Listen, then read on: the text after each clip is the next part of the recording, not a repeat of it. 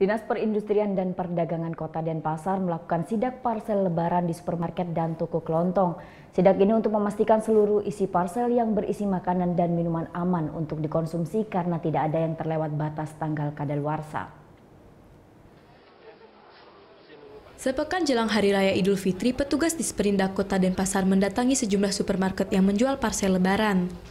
Petugas Disperindak ingin memastikan makanan dan minuman di dalam bingkisan parsel aman untuk dikonsumsi masyarakat.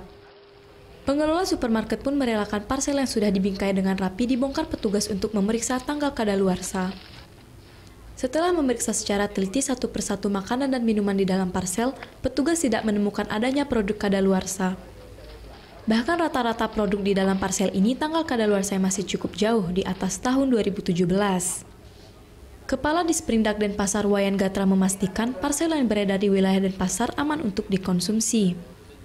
Disperindak juga telah meminta kepada penjual parsel untuk memberi garansi jika ada produk yang rusak. Karena harus ada jaminan, bagi penjual harus ada jaminan kalau seandainya ada hal yang rusak dan sebagainya. Oleh karena itu tujuan kita adalah ingin masyarakat biar nyaman dan aman di dalam membeli barang-barang menjelang Hari Raya. Selain menyasar supermarket, petugas juga mendatangi toko-toko di Jalan Patimura yang menjajakan parsel. Hasilnya juga sama, petugas tidak menemukan adanya makanan dan minuman kadaluarsa di dalam bingkisan lebaran ini. Muhammad Hasanuddin melaporkan untuk NET.